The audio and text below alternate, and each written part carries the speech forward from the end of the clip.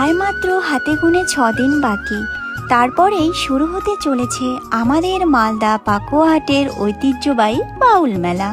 খুব সুন্দর করে প্রস্তুতি পর্ব চলছে।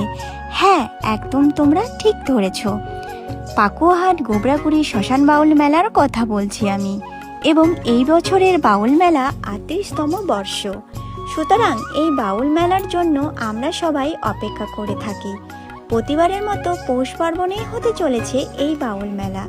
তো এই আশ্রম সুন্দরভাবে মেতে উঠেছে, তৈরি হচ্ছে নানান দেবদেবীর মূর্তি, মেলাতে থাকবে নানান ধরনের দোকানপাট, থাকবে বাচ্চাদের অ্যাক্টিভিটিস।